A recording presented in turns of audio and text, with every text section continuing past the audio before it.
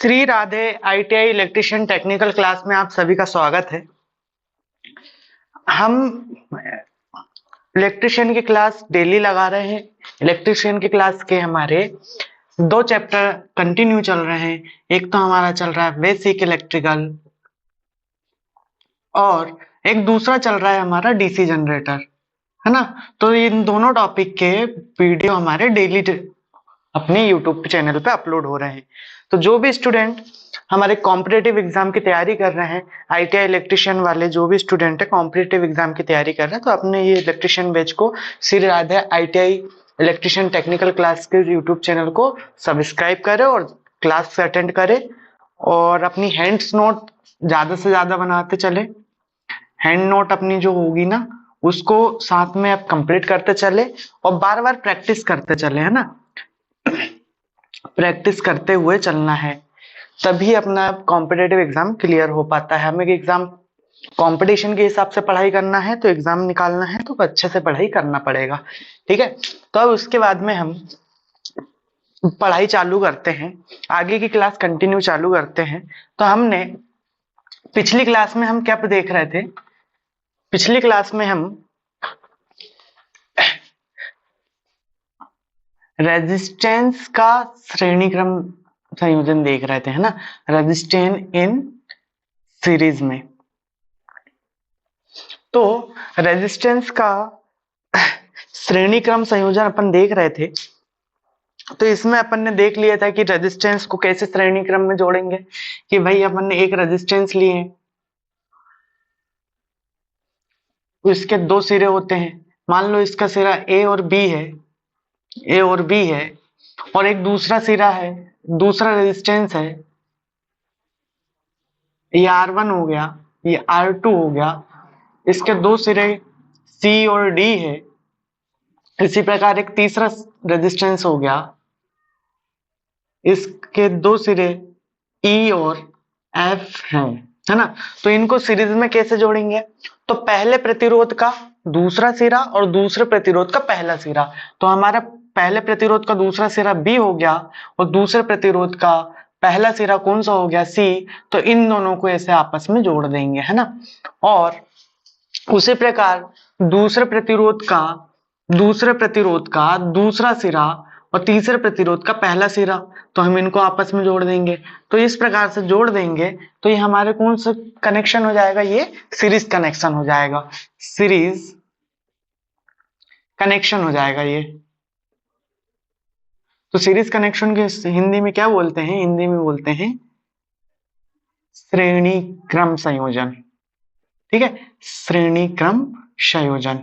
तो इस प्रकार से इसको हम सीरीज कनेक्शन को बनाते हैं। जब सीरीज कनेक्शन हमारा बन जाता है तो इसमें कुछ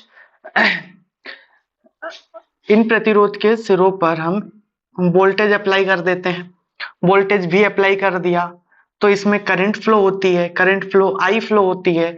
तो इन सभी प्रतिरोध में से करंट आई फ्लो होगी, क्योंकि इनका करंट का बहने का रास्ता सिर्फ एक ही है और जितनी करंट यहां से बहना शुरू होगी उतनी ही करंट यहाँ पे वापस आ जाएगी, ठीक है। जितने प्रतिरोध है इनके सिरों पे वोल्टेज ड्रॉप का मान अलग अलग होता है। यहाँ पे V1 हो जाएगा, यहाँ पे V2 हो जाएगा, ठीक है, और ये वाले प्रतिरोध पे V3 हो जाएगा। तो हमारा जो वोल्टेज ड्रॉप होता है वो अलग अलग होता है ना। सभी प्रतिरोध के परिपथ के सभी अलग अलग भाग में वोल्टेज ड्रॉप का मान अलग अलग होता है। तो इस प्रकार से हमने सीरीज कनेक्शन को देखा था। अब सीरीज कनेक्शन में हम क्या क्या याद कर सकते हैं? हमें दिया है क्या? V, एक होता है I और एक होता है रेजिस्टेंस। तो रेजिस्टेंस क्या अलग अलग होते हैं, हम रेजिस्टेंस को जोड़ के बनाते हैं। तो ये R1 plus R2 plus R3, तो ये R1 R2 हमें प्रश्न में दिए या फिर अलग से दिए हुए प्रतिरोध होते हैं। तो इसको हम इनको जोड़कर हम एक टोटल समतुल्य प्रतिरोध ज्ञात कर लेते हैं। मतलब यहां से यहां तक के एक प्रतिरोध मान ज्ञात कर लेते हैं इन तीनों को। तो इनका जो प्रतिरोध R होता है इसे हम क्या बोलते हैं? समतुल्य प्रतिरोध। समतुल्य प्रतिरोध का इंग्लिश में क्या बोलते हैं? समतुल्य प्रतिरोध को इंग्लिश में बोलते हैं इक्विवेलेंट इक्विवेलेंट रेजिस्टेंस। ठीक है, तो इस प्रकार से हमारा सीरीज कनेक्शन होता है, श्रेणी क्रम संयोजन होता है। तो हम ये देख लेते हैं, पिछली क्लास में हमने देख लिया था, अच्छे से पढ़ाई किया था। अब अच्छे से जिसने नहीं देखा है तो अपना पिछला वीडियो जाके देख सकता है। पिछला वीडियो किस में है, ओम्स लॉ को, वो जो है अपना ओम्स लॉ जिसका टाइटल है वीडियो का, तो उसमें जाके अपन ये सीरीज कनेक्शन को देख सकता है। तो अब हम इसके आगे सीरीज कनेक्शन देखे थे, तो सीरीज कनेक्शन में हमने अलग क्या क्या ज्ञात किए थे, ये R1 R2 समतुल्य प्रतिरोध ज्ञात कर लेते हैं। समतुल्य प्रतिरोध ज्ञात करने के बाद हम क्या क्या ज्ञात कर लेते हैं, वोल्टेज ड्रॉप का मान ज्ञात कर लेते हैं, V1 V2 V3, ये हो जाता है सोर्स वोल्टेज, है ना, I का मान ज्ञात कर लेते हैं। तो जो हमसे कुछ वैल्यू जैसे वैल्यू दी होती है, जैसे वोल्टेज का मान दे देगा 24 वोल्ट, इसका प्रतिरोध का मान दे देगा 2 ओम, इसका मान दे देता है 4 ओम, इसका दे दिया 6 ओम R3 का। तो इस प्रकार से ये वैल्यू दे देता, तो हमें से बोलता है कि भाई करंट ज्ञात करो, V1 V2 V3 भी ज्ञात करो। V तो दिया होता है, हमें ये V1 V2 V3 voltage drop ज्ञात करना होता है। तो क्वेश्चन के हिसाब से हम जो आवश्यक होता है हम वो ज्ञात कर लेते हैं। अब इसके आगे नेक्स्ट देखते हैं, हमने इसके कुछ क्वेश्चन भी सॉल्व किए थे, है ना, इसके कुछ क्वेश्चन भी सॉल्व किए थे। तो वो एक क्वेश्चन अपन ने देखा था कि किस प्रकार से कौन अपन वोल्टेज ड्रॉप का मान और करंट का मान अपन ज्ञात कर सकते हैं। तो सीरीज कनेक्शन में यदि मान लो हमें 3 प्रतिरोध दिए हैं, 3 प्रतिरोध, ये R1, ये R2, ये R3, ये 3 प्रतिरोध दिए हैं, और यहां पे हमें वोल्टेज का मान 12 वोल्ट दिया है। ठीक है, वोल्टेज का मान 12 वोल्ट दिया है, और प्रतिरोध हमारे कितना, जैसे ये 2 ओम हो गया, ये 4 ओम हो गया, ये 6 ओम हो गया। अब हम इसमें यहाँ पे जो इन प्रतिरोध के सिरे पे वोल्टेज ड्रॉप होगा, इन प्रतिरोध के सिरों पे वोल्टेज ड्रॉप होगा V1 V2 और V3। तो किस प्रतिरोध पे हमें कौन सा वोल्टेज ड्रॉप होगा, कितना वोल्टेज ड्रॉप होगा, तो हमें ज्ञात करना है। तो हमें ज्ञात करना है, तो इस करंट निकालने की आवश्यकता पड़ेगी। करंट निकालेंगे अपन, करंट निकालने के लिए इनका इक्विवेलेंट रेजिस्टेंस लेना पड़ेगा, R1 R2 R3 का सीरीज कनेक्शन में। तो ये लंबी प्रोसेस हो जाती है। तो हम बिना करंट के मान को ज्ञात किए हम वोल्टेज ड्रॉप का मान ज्ञात कर सकते हैं। हम बिना करंट, यहाँ पे जो करंट फ्लो हो रही है, यहाँ पे ये जो करंट फ्लो हो रही है, इसका मान ज्ञात करे बिना ही हम क्या कर सकते हैं, वोल्टेज ड्रॉप का मान ज्ञात कर सकते हैं। तो वो उसको कैसे ज्ञात कर सकते हैं, तो उसके लिए होता है एक voltage dividing rule, voltage dividing rule. ठीक है, एक होता है वोल्टेज डिवाइडिंग रूल। तो वोल्टेज डिवाइडिंग रूल के हम जैसे 1 2 प्रतिरोध 3 प्रतिरोध के लिए हम अब फॉर्मूले देख लेते हैं। जैसे जैसे यहाँ पे 3 प्रतिरोध दिए गए हैं ना, तो वोल्टेज प्रतिरोध के हम डायरेक्टली 3 प्रतिरोध वाला फॉर्मूला देख लेते हैं। तो एक फॉर्मूला होता है, जैसे हमें V1 ज्ञात करना है, हमें V1 ज्ञात करना है, तो हम क्या ले लेंगे, यहाँ पे यदि हमें V1 ज्ञात करना है तो हम सोर्स वोल्टेज को ले लेंगे, यहाँ पे क्या सोर्स वोल्टेज को ले लेंगे। तो हम यहाँ पे V लिख लेते हैं, फार्मूला बना रहे हैं अभी, है ना, फार्मूला बना रहे हैं, तो हम यहाँ पे सोर्स वोल्टेज को V को लिख लेते हैं। उसके बाद जिस प्रतिरोध का हमें वोल्टेज ड्रॉप करना है उसको ऊपर लिख लेंगे, उसको ऊपर लिख लेंगे। अब इसको ऊपर लिखने के बाद बाकी 3 प्रतिरोधों का अपन जोड़ कर देंगे, यहाँ पे R1 R2 R3 का। तो हम यहाँ पे R1 R2 और ये R3 कर देंगे, तो हमारा V1 की वैल्यू निकल जाएगी बिना करंट का यूज करे। हम करंट के मान की आवश्यकता नहीं होगी, लेकिन फिर भी हम बिना करंट के हम यहाँ पे वोल्टेज ड्रॉप का मान ज्ञात कर सकते हैं। कब? जब हमें वोल्टेज और रेजिस्टेंस दिया हो, वोल्टेज और रेजिस्टेंस हमें की वैल्यू हमें मालूम हो, तब हम क्या कर सकते हैं, V1 वोल्टेज ड्रॉप का मान ज्ञात कर सकते हैं। इसी प्रकार हम V2 के भी ज्ञात कर सकते हैं। तो हमारा क्या हो जाएगा, V2 की वैल्यू V इंटू R2 और बाकी सभी प्रतिरोध का योगफल, R1 plus R2 plus R3। इसी प्रकार तीसरा V3 का भी लिख लेंगे। तो V3 वोल्टेज ड्रॉप मतलब रेजिस्टेंस थर्ड पे होने वाला वोल्टेज ड्रॉप का मान क्या होगा, V इंटू R3 बटे R1 plus R2 plus R3। यदि मान लो हमें 3 प्रतिरोध नहीं दिए हैं, 2 ही प्रतिरोध दिए हैं, 2 ही प्रतिरोध दिए, तो उसका फार्मूला क्या हो जाएगा, यहाँ पे लिख लेते हैं। यदि 2 प्रतिरोध दिए गए हों या 2 प्रतिरोध हो, तब क्या करेगा, यही नॉर्मल V1 का मान ज्ञात करना है। तो V1 का मान ज्ञात करना, V यहाँ पे लिख लेंगे, R1 यहाँ पे लिख लेंगे, बस R1 और R2, क्योंकि R3 दिया ही नहीं है हमें, कितना R3 दिया ही नहीं है हमें, सिर्फ 2 प्रतिरोध दिए हैं। इसी प्रकार यदि V2 का मान ज्ञात करना है, V इंटू R2 अपन R1 प्लस R2, ये हो जाएगा। यदि हमें 4 प्रतिरोध दिए तो हम यहाँ पे 3 के बाद R प्लस 4 लिख लेंगे, ठीक है ना, और जिस प्रतिरोध का मान ज्ञात करना उसे ऊपर लिख लेंगे। तो ये नोट कर लो, इस प्रकार से हमें इस फॉर्मूले से हम क्या ज्ञात कर लेते हैं, वोल्टेज ड्रॉप का मान ज्ञात कर लेते हैं। अब ये क्वेश्चन है, ये क्वेश्चन से हम वोल्टेज ड्रॉप का मान कैसे ज्ञात करेंगे भाई, ये क्वेश्चन है, ये क्वेश्चन में वोल्टेज डिवाइडिंग रूल से हम वोल्टेज ड्रॉप का मान कैसे ज्ञात करेंगे। तो देखो हमें क्या ज्ञात करना है, हमें ज्ञात करना है V1 V2 V3। तो हमारा V1 का फार्मूला क्या है, हमारा V1 का फार्मूला है V into R1 upon R1 plus R2 plus R3।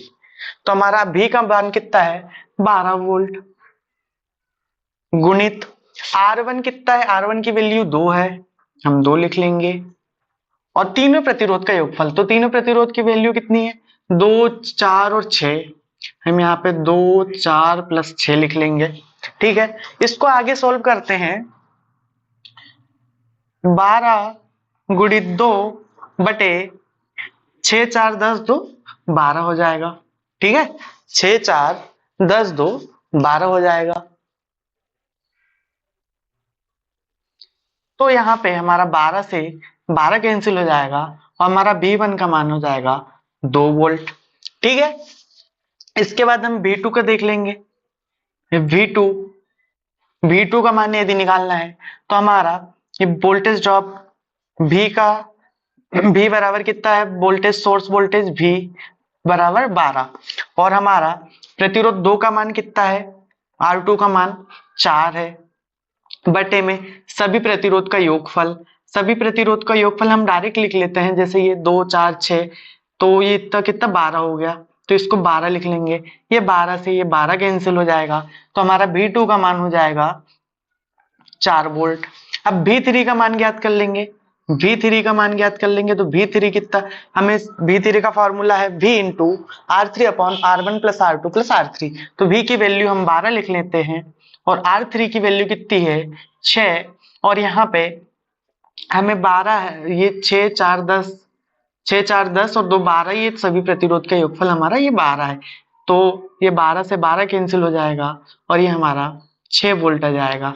तो हमारा क्या देखे थे, परिपथ में होने वाले वोल्टेज ड्रॉपों का योगफल सोर्स वोल्टेज के बराबर होता है। तो हमारा सोर्स वोल्टेज 12 वोल्ट था और वोल्टेज ड्रॉप का मान V1 V2 V3 का मान कितना निकला, 2 volt plus 4 volt, 4 volt plus 6 volt. तो ये 12 वोल्ट बराबर ये हमारा भी योगफल करने पे कितना आ जाएगा, 12 वोल्ट।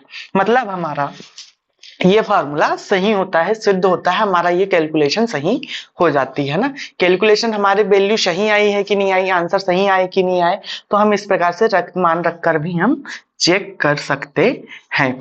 तो ये नोट कर लो, ये नोट कर लो। अब इसके आगे देखते हैं वोल्टेज डिवाइडिंग रूल। अब ये तो फॉर्मूले तो हो गए, हमें फॉर्मूले मिल गए। अब ये फॉर्मूले मिले कैसे हैं?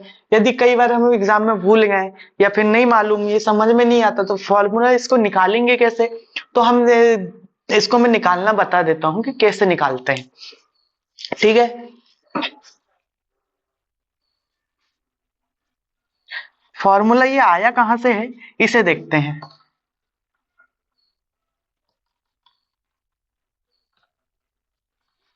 इसे हम देखते हैं कि ये फॉर्मूला आया कहां से है।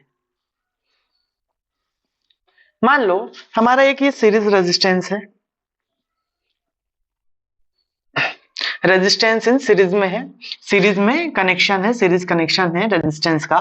तो अब हम यहाँ पे क्या करेंगे, यहाँ पे हम क्या करेंगे भाई, कि जो सर्किट है हमारा, जो सर्किट है इसमें ले लेंगे अपन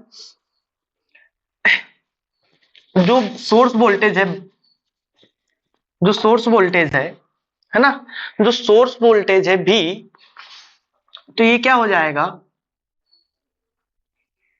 भी, और जो सोर्स वोल्टेज है ये वोल्टेज ड्रॉप के योगफल के बराबर है। तो भी हमारा किसके बराबर है, V1 के प्लस V2 के प्लस V3 के। मतलब जो हमारा सोर्स वोल्टेज है वो वोल्टेज ड्रॉप के योगफल के बराबर होता है, ये हमें मालूम है। मतलब हमें मालूम है कि सोर्स वोल्टेज वोल्टेज ड्रॉप के योगफल के बराबर होता है, ये हमें मालूम है, पिछली क्लास में हम देख चुके हैं ना। तो ओम के नियम में भी देखा है अपन ने, और सीरीज कनेक्शन की वीडियो में भी अपन ने इसको अच्छे से समझे हैं। तो इसके बाद में अब हमें यहाँ पे इंपॉर्टेंट है, यदि हम आई की वैल्यू निकालेंगे, यदि हम आई का मान निकालेंगे तो आई का मान कैसे निकलेगा भाई, हम ओम के नियम से, ओम्स लॉ से, तो क्या हो जाएगा ओम के नियम से, यदि आई निकालना है, इसे हमें ये परिपथ है, ये पूरा सर्किट है, सर्किट है तो सर्किट में क्या करेंगे अपन, पूरा आई का मान निकालना है तो हम इसका सोर्स वोल्टेज लेंगे, है ना, भी ले लेंगे। अब भी ले लेंगे,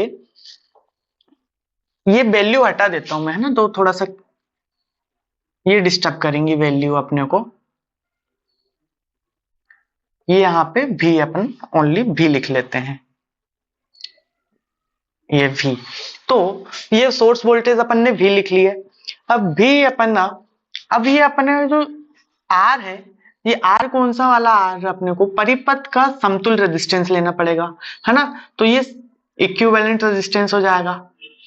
तो परिपथ का पूरा हमें इक्विवेलेंट रेजिस्टेंस, परिपथ का संपूर्ण प्रतिरोध हमें लेना पड़ेगा। तो सीरीज में हम रेजिस्टेंस कैसे जोड़ते हैं, रेजिस्टेंस हम सीधा जोड़ देते हैं ना। हमने फॉर्मूला देखा था सीरीज कनेक्शन में, जब देख रहे थे तो फॉर्मूला बनाए थे कि उसमें रेजिस्टेंस की वैल्यू, इक्विवेलेंट रेजिस्टेंस कैसे निकालते हैं। तो हमारा इक्विवेलेंट रेजिस्टेंस क्या हो जाएगा, R1 plus R2 plus R3। तो हमारी आई की वैल्यू निकल गई, ये पूरा आई की वैल्यू निकल गई। अब हमें यहां से यदि V1 निकालना हो, है ना, यदि हमें V1 निकालना हो तो V1 निकालेंगे तो कैसे हो जाएगा, तो V1 ओम के नियम से क्या हो जाएगा, V1 का मान V के वटे में समतुल्य प्रतिरोध। तो V1 हमारा ये हो गया, है ना। तो V के अपना क्या होता है, एक यहाँ पे और लिख देता हूं मैं, B is equal to I into R होता है। ओम के नियम से यही तो होता है ना, B is equal to I R होता है। तो जब B इजिकल टू ओम के नियम से B का मान आई आर होता है, तो हम V1 का मान है यहाँ पे क्या रख देंगे, आई इंटू आर वन। V1 में हम क्या करेंगे, आई तो इतनी यहाँ पे भी कितनी आएगी, आई आएगी, और प्रतिरोध कितना हो जाएगा R1। तो V1 की वैल्यू कितनी हो जाएगी, आई इंटू R1। अब इसे हमने आई की जब यहाँ पे वैल्यू निकाली है तो हम आई की वैल्यू यहाँ पे रख देंगे। आई की वैल्यू कितनी है, V बटे R1 plus R2 plus R3 into R1। अभी दिखने में उतना अच्छा लग नहीं रहा है हमें, है ना, क्या V यहाँ पे है, R1 इधर है, ये थोड़ा सा देखने में अच्छा नहीं लग रहा, तो इसमें अपन डिजाइन डाल के लिख देते बढ़िया इसको, दिखने में हमें अच्छा दिखे। तो हम इसको क्या लिख देंगे, ये V1 के बराबर है, तो V1 बराबर, V को अपन बाहर निकाल लो, ये भी अलग दिख रहा है, आर आर अपने एक साथ लिख देंगे, तो अपने ये जो ग्रुप में अलग है बैठा है अपना भी, इसको बाहर अलग कर दिए, और उसके बाद में अपन ने सभी जात भाई को एक साथ जोड़ दिए, मतलब एक जैसे दिखने वाले को एक साथ लिख दिए। तो ये R1 हो गया, ये R1 plus R2 plus R3 हो गया। तो यही तो हमारा कौन सा सब फॉर्मूला था, ये वाला वोल्टेज डिवाइडिंग नियम का, है ना। ये वाला जो फॉर्मूला बना है हमारा,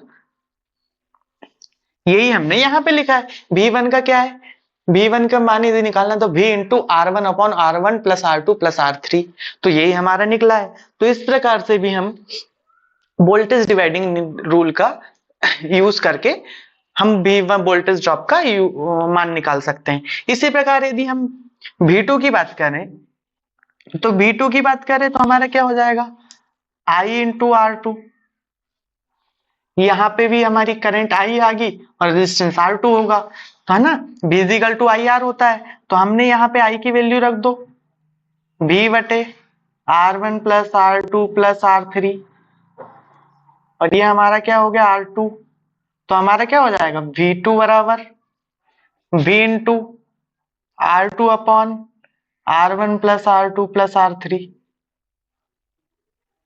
तो यही तो हमारा ये सेकंड फॉर्मूला था। तो इस प्रकार से इसे हम निकाल सकते हैं ना। तो ये वोल्टेज डिवाइडिंग रूल कहीं और से अलग चीज नहीं है, यह सब कैलकुलेशन से ही आया, और कैलकुलेशन कौन से आया, ओम के नियम से। तो ओम का नियम मोस्ट इंपॉर्टेंट है, ओम का नियम बहुत इंपॉर्टेंट है, तो इसे हमें बहुत अच्छे से याद रखना है, इसमें कंफ्यूज नहीं होना है। ये बहुत इंपॉर्टेंट चीज है ना, इंपॉर्टेंट टॉपिक है ये, तो इसे बहुत अच्छे से समझना है। ओम के नियम से रिलेटेड है ये रेजिस्टेंस, पूरा का पूरा इलेक्ट्रिकल हमारा ओम के नियम से संबंधित रहता है, क्योंकि ओम का नियम पूरा इलेक्ट्रिसिटी है, तो ये इसका पीछा कहीं नहीं छोड़ता है ओम का नियम, है ना। तो इसलिए ओम का नियम हमेशा अपने को ये रखना है, याद रखना है। तो वही अब ये वोल्टेज डिवाइडिंग रूल हो गया। वोल्टेज डिवाइडिंग रूल से हमें कैलकुलेशन कैसे करते हैं, न्यूमेरिकल कैसे सॉल्व करते हैं, तो ये आ गया है। तो अब वोल्टेज डिवाइडिंग रूल से हम कुछ अजीबोगरीब दिखने वाले सवाल को सॉल्व करेंगे। तो अजीबोगरीब दिखने वाले सवाल कैसे होते हैं, तो अजीबोगरीब दिखने वाले सवाल भाई अपन ने अब तक तो नॉर्मल नॉर्मल पढ़ लिया है, अब थोड़े से अजीब दिखने वाले सवाल को भी सॉल्व कर लेते हैं ना। तो अजीब दिखने वाले सवाल क्या होते हैं, यदि ये जो सर्किट है इसको भी मिटा ही देता हूं,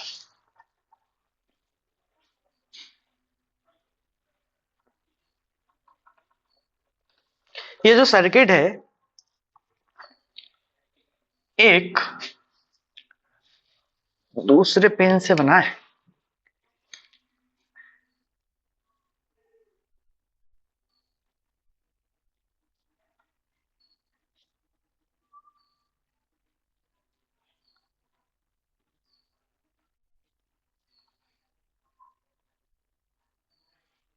ये इसको हमने 12 वोल्ट दे दिए, इसको 2 ओम दे दिए, इसको 4 ओम दे दिए, ये प्रतिरोध का मान हो गया, है ना।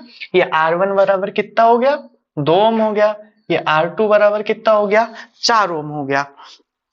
तो भाई हमें क्या है कि ये प्लस है, ये माइनस है, ठीक है। तो ये चीजें अब ये ऐसा नॉर्मल सर्किट है, दिखने में तो हमें अच्छा सामान्य दिख रहा है, जैसे हमें सर्किट दिखते हैं, हम जैसे बनाते हैं, जैसे कॉपी में नोट करते हैं, बुक में देखते हैं, तो वैसे ही है। तो एक और हम इसको क्या कर लेते हैं, इसको खोल के हम क्या कर लेंगे,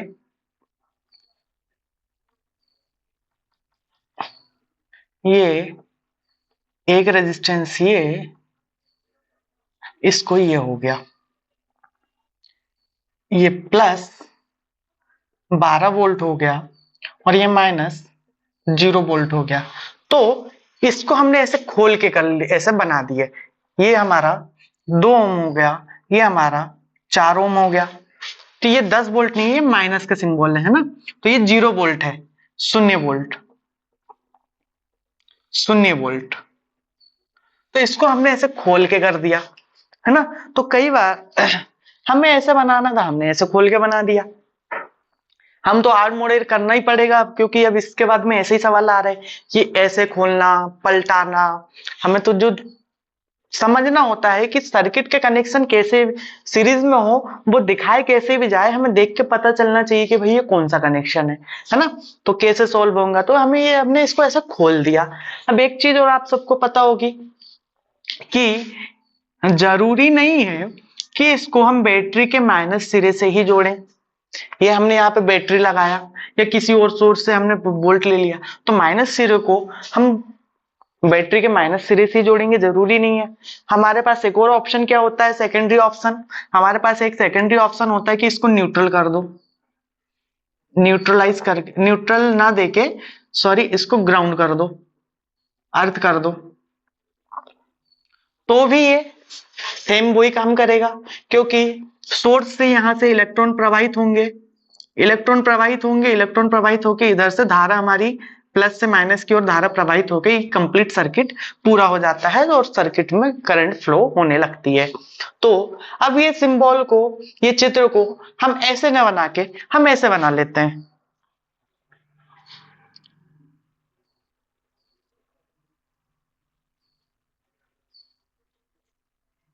ये माइनस हो गया, ये हमने इसको ग्राउंड कर दिए, अर्थिंग कर दिए, और यहाँ पे प्लस 12 वोल्ट सप्लाई दे दिए। तो इस चित्र में, इस डायग्राम में, इसमें और इसमें कोई अंतर नहीं है। हमने तो आड़ा तिरछा खड़ा सीधा हमको जैसा करना था हमने कर लिया, लेकिन इसमें हमने है तो यही चीज, इसकी वैल्यू 2 ओम है, इसकी वैल्यू 4 ओम है, ठीक है। तो हमने डायग्राम को आड़ा बना लिया, नॉर्मल बना लिया, थोड़ा कठिन करके बना लिया, इसको न्यूट्रल करके ग्राउंड कर दिया, है ना। तो इस प्रकार से भी हम इसको कर सकते हैं। यहाँ पे -0 वोल्ट लिख लेंगे, विभवांतर हो जाता है ना, विभव में अंतर होता है, जहां पे विभव में अंतर होगा वहां पे धारा प्रवाहित होने लगती है। धारा प्रवाहित क्यों होती है, विभवांतर के कारण ही धारा प्रवाहित होती है, हमने सबने पढ़ा है बेसिक में, है ना। पिछली क्लास में नहीं, जिनने नहीं पढ़ा है पिछली क्लास में, तो वो अभी पीछे जाके प्लेलिस्ट से जाके पिछली क्लास के वीडियो को देख सकता है। तो अब ये हमारा डायग्राम ऐसा हो गया। अब यदि क्या फर्क पड़ जाएगा, मैं यहाँ पे 2 किलो ओम, 2 ओम की जगह 2 किलो ओम जोड़ दूं, और यहाँ पे 4 ओम की जगह 4 किलो ओम जोड़ दूं, कोई दिक्कत? कोई दिक्कत नहीं है। 2 किलो ओम की जगह मैंने 4 किलो ओम जोड़ दिया। अब मैं जैसे यहाँ पे वोल्टेज ड्रॉप ज्ञात कर रहा था, तो इसके दो सिरों पे वोल्टेज ड्रॉप कितनी हो रही थी अपनी, V1, और इसके इस सिरे पे कितनी हो रही थी, V2। क्योंकि यदि मैं इसको सेंटर से ले लेता हूं और इसको यहां तक जोड़ देता हूं, तो जब तक करंट यहां से लेके ये तार का प्रतिरोध एकदम 0 मानते हैं, नगण्य होता, बहुत कम होता है, नगण्य होता है, इसको 0 मानते हैं। प्रतिरोध यहां से है तो वोल्टेज ड्रॉप कहां पे होगा, इन दो सिरों पे। तो इसको मैं यहां तक ना करके यहां तक भी लिख दूं, तो ये तार का प्रतिरोध, इतने तार का प्रतिरोध तो है नहीं है, तो वोल्टेज ड्रॉप यहां से यहां तक, जितनी वोल्टेज ड्रॉप यहाँ पे होगी, है ना, इस सिरे में होगी, उतनी यहाँ पे भी होगी। तो यहां से लेके यहां तक वोल्टेज ड्रॉप इतनी होगी। अब वोल्टेज ड्रॉप का मतलब क्या है कि इधर से हमने वोल्टेज दिए, यहां पे कुछ वोल्टेज का ड्रॉप हो गया, तो इसके बाद इस वाले सिरे से यहां तक हमारा वोल्टेज का मान सेम होगा, ठीक है।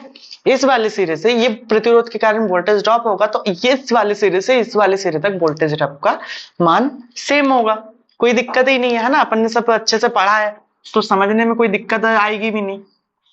तो इसके बाद में अब ये हो गया। अब हमसे वोल्टेज ड्रॉप का मान पूछा है कि भाई इसमें वोल्टेज ड्रॉप का मान ज्ञात करिए, तो हमारा एक पॉइंट, इसके हिसाब से हमारा एक पॉइंट यहां तक हो गया, एक हम यहां से V1 ये हो जाएगा और V2 हमारा ये हो जाएगा, ठीक है। तो ये हमारा V2 हो जाएगा। किसी को कोई दिक्कत यहां तक? नहीं भाई, कोई दिक्कत नहीं। तो अब यहाँ पे V1 V2 हम ज्ञात कर लेंगे। V1 V2 कैसे याद करेंगे? यदि हम V1 का फॉर्मूला लगा देते हैं, V1 का फॉर्मूला क्या है? V इंटू जिसका निकालना है हमें R1 निकालना है, तो हमारा R1, ये फॉर्मूला तो लिखा हो, मैं डायरेक्ट वैल्यू रख देता हूं। तो हमारा V का मान कितना है? यहाँ पे सर्किट में हमें 12 वोल्ट दिया है और हमें इस वाले प्रतिरोध पे वोल्टेज ड्रॉप ज्ञात करना है, तो 2 हो गया, ठीक है। और 2 किलो ओम लिख लिए हमने, है ना। और नीचे वाले इसका दोनों का भी योगफल हो जाएगा, तो 2 kilo ohm plus 4 kilo ohm. कोई दिक्कत यहां तक? जैसे हम सोल्व करते थे हमने वैसे कर लिया, 2 प्रतिरोध दिया हमने, 2 वाला फॉर्मूला लगा दिया, 2 प्रतिरोध वाला। तो इसके बाद में 12 गुणित 2 किलो ओम का एज इट इज लिख देंगे, इसको जोड़ेंगे तो ये 6 किलो ओम हो जाएगा। हमने 6 किलो ओम से 6 किलो ओम की हमने इसको कट कर दिया, ठीक है। तो इसके बाद सरलीकरण करने पे, इसको सरल करने पे कितना आया? V1 की वैल्यू, V1 की वैल्यू कितनी आई अपनी? 12 इंटू 2/6, 6 से हमने इसको 2 बार और काट दिया, और 2 और 2 गुणित कितना हो गया? 4 वोल्ट हो गया, ठीक है। ये 4 वोल्ट हो गया। अब हमें मालूम है, अब ये 4 वोल्ट कहां से कहां तक ड्रॉप हुआ? ये यहां से शुरू हुआ, तो V1 का वैल्यू कितने आ गया? 4 वोल्ट। अब हमें आ रहा था 12 वोल्ट, 4 वोल्ट ड्रॉप हो गया, तो बचेगा कितना? 8 वोल्ट। तो हम क्या कर, हमें क्या देख लेते हैं एक चीज और, V बराबर V1 माइनस V2। हमें V की वैल्यू मालूम है, यहाँ पे देखते हैं, हमें V बराबर V1 प्लस V2 होता है, ठीक है। तो V की वैल्यू मालूम है 12 वोल्ट, V1 का निकल गया 4 वोल्ट, V2 निकालना है हमें, तो V2 बराबर क्या हो जाएगा? 12 माइनस 4, तो हमारा क्या हो जाएगा? 8 वोल्ट। इस प्रकार से भी निकाल सकते हैं कि नॉर्मल, या फिर V2 वाला फॉर्मूला भी रख के निकाल सकते हैं। V2 वाला फॉर्मूला कैसे निकाल यूज कर लेंगे? हमें V का मान कितना दिया है? 12 वोल्ट। यदि V2 ज्ञात करना है तो V का मान कितना? 12 वोल्ट। और सेकंड प्रतिरोध की वैल्यू कितनी? 4 किलो ओम। और ये अपन ने दोनों को जोड़ दिया तो 6 किलो ओम हो जाएगा। ये दोनों से दोनों कट जाएगा, 6 से ये 2 बार कट जाएगा। V2 कितना हो जाएगा? 2 गुणित 4 बराबर 8 वोल्ट। तो हमको ऐसे भी निकाल सकते हैं और ऐसे भी निकाल सकते हैं, जिसको जो उचित लगे, है ना। मैथ्स तो कई तरीके से सॉल्व कर लेते हैं, हमें तो सिर्फ सवाल बनाना है, तो इस प्रकार के भी सवाल आते हैं। तो सेम टू सेम अब एक क्वेश्चन हम बोर्ड पे लिखते हैं, आप उसको बना के देखो कैसा बनता है वो।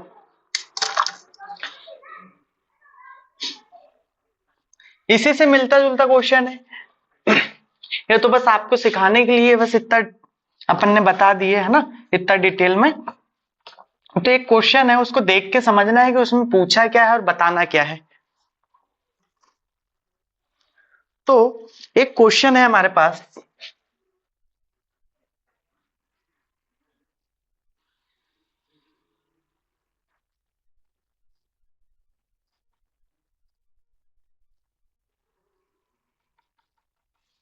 ये प्लस 12 वोल्ट,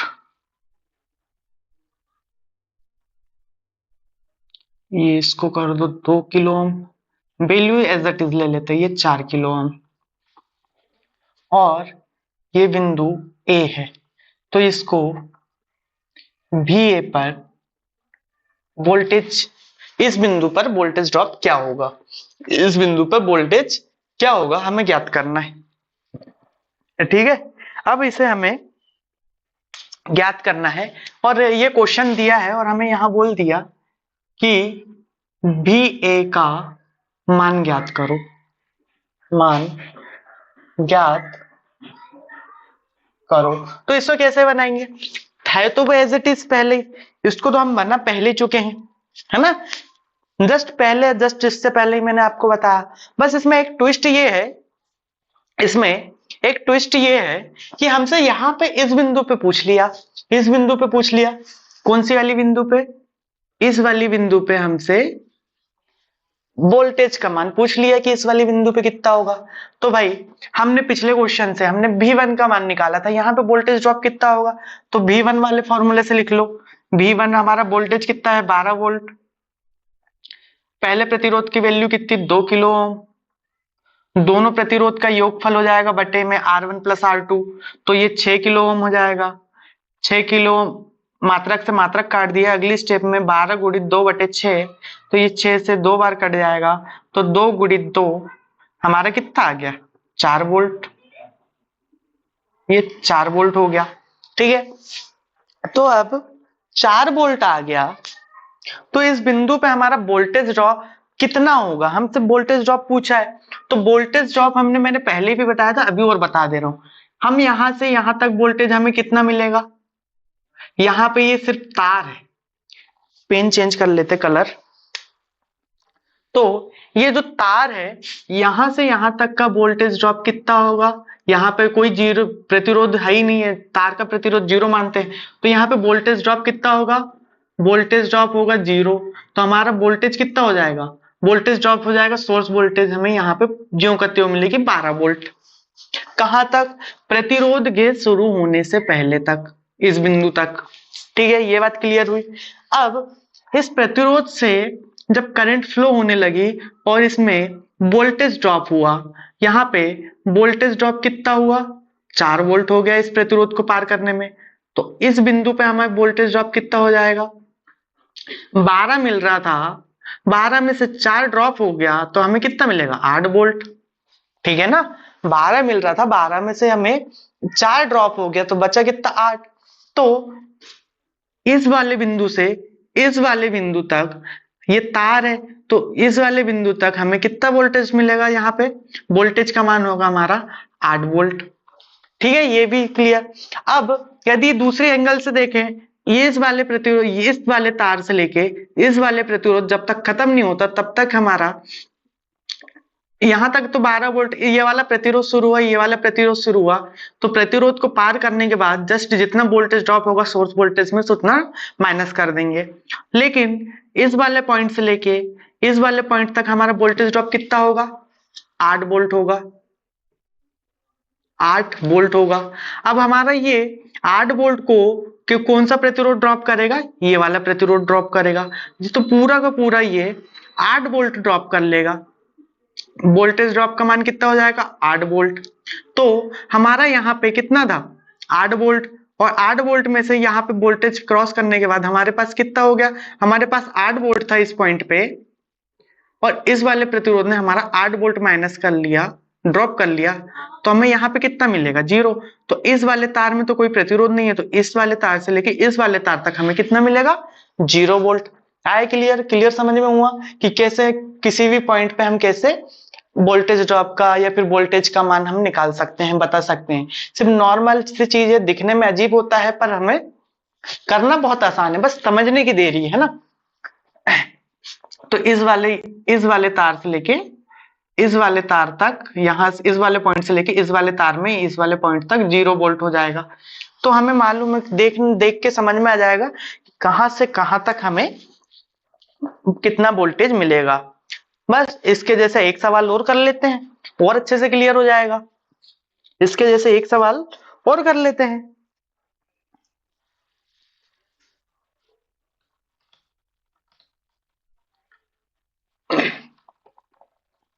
इसका जैसे हम सवाल लिखते हैं,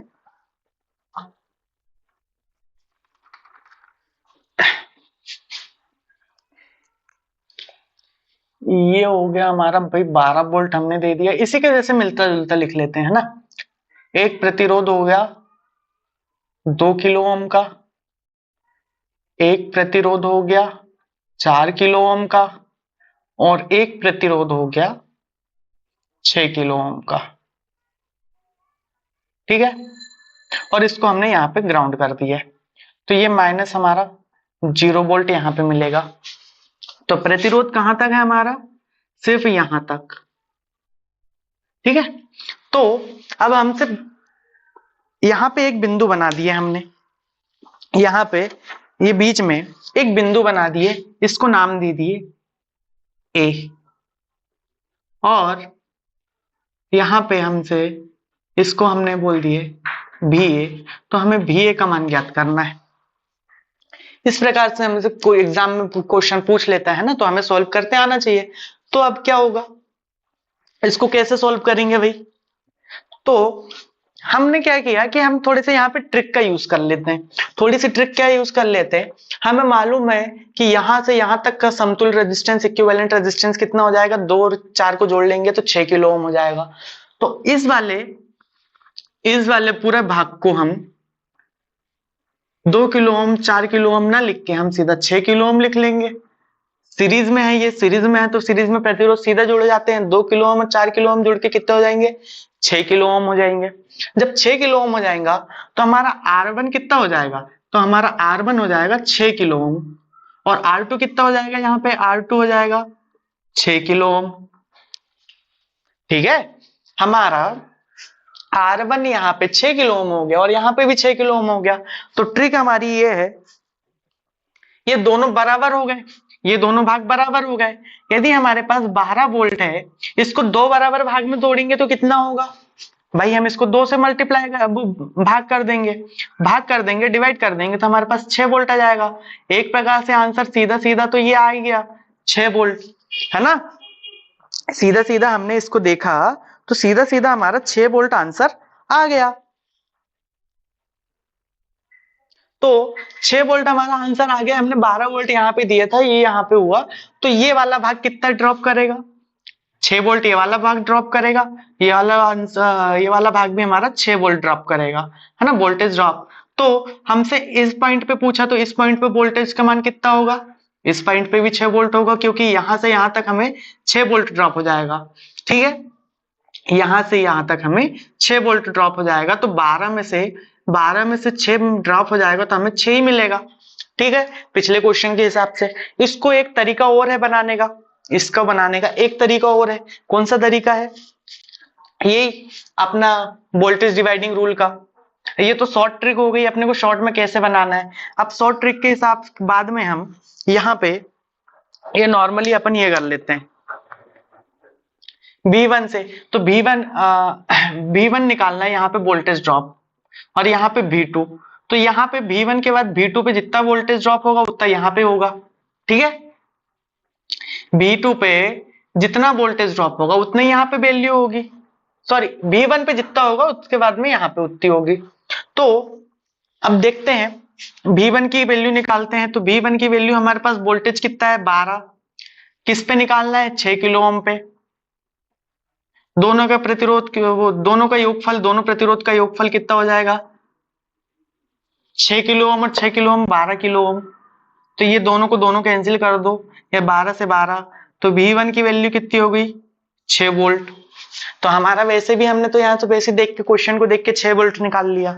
तो इस प्रकार से कहीं कहीं ट्रिक का उपयोग भी करना पड़ता है। क्यों, क्योंकि हमें वोल्ट क्वेश्चन बनाने हैं, सॉल्व करने हैं, तो हमें ट्रिक बहुत जरूरी है। कई बार अपने से बनी हुई कहीं से सीखते हैं या खुद बनाते हैं, प्रैक्टिस करते हैं, तो प्रैक्टिस करने पे ये हमें आ जाता है।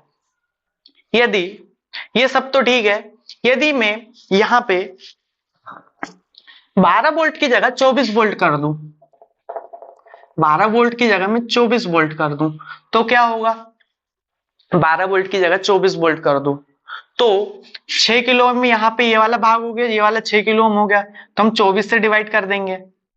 24 से डिवाइड 2 बार तो डिवाइड कर देंगे, 24 को 2 से डिवाइड कर देंगे, तो यहाँ पे हमारा कितना 12 वोल्ट आ जाएगा। तो हमारा आंसर कितना 12 वोल्ट होगा इस पॉइंट पे, क्योंकि यहाँ से 24 था और 24 में से 24 वोल्ट हमें मिल रहा था, उसमें से 12 वोल्ट यहाँ पे ड्रॉप हो गया, तो हमें कितना मिलेगा 12 वोल्ट मिलेगा। तो यहाँ पे 12 वोल्ट हो जाएगा। ठीक है, इस प्रकार से भी हमें क्वेश्चन सॉल्व करते आना चाहिए। या फिर इससे निकालेंगे, तो इससे निकालने पे क्या होगा, हम 12 की जगह वोल्टेज का मान हम यहाँ पे 24 रख देंगे, और 24 रख देंगे तो ये 12 से कितने बार कैंसिल होगा, ये 2 बार कैंसिल होगा, 12 दूनी 24 और 2 गुणित 6 कितना हो जाएगा, V1 बराबर हमारा होगा 12 वोल्ट। हम कैसे भी निकालें, इस फॉर्मूले से निकालें, चाहे अपनी ट्रिक से निकालें या फिर देख के बताएं, तो हमें क्या आंसर सही होना चाहिए, ये ज्यादा इंपॉर्टेंट है ना। तो इस प्रकार से इस प्रकार के सोल्व भी क्वेश्चन को हम सोल्व करते हैं। इस प्रकार से अपन क्वेश्चन को भी सॉल्व करते हैं।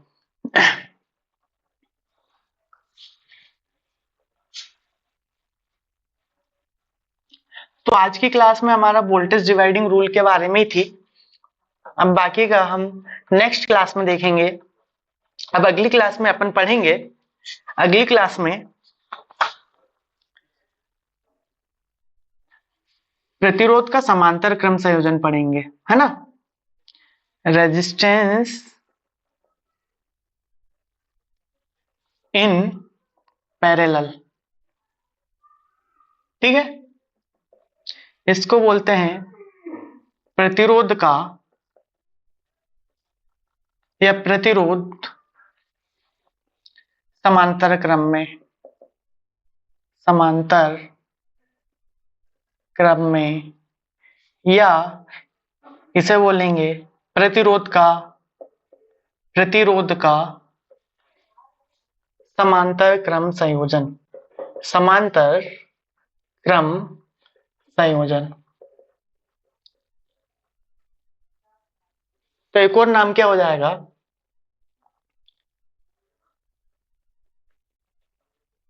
रेजिस्टेंस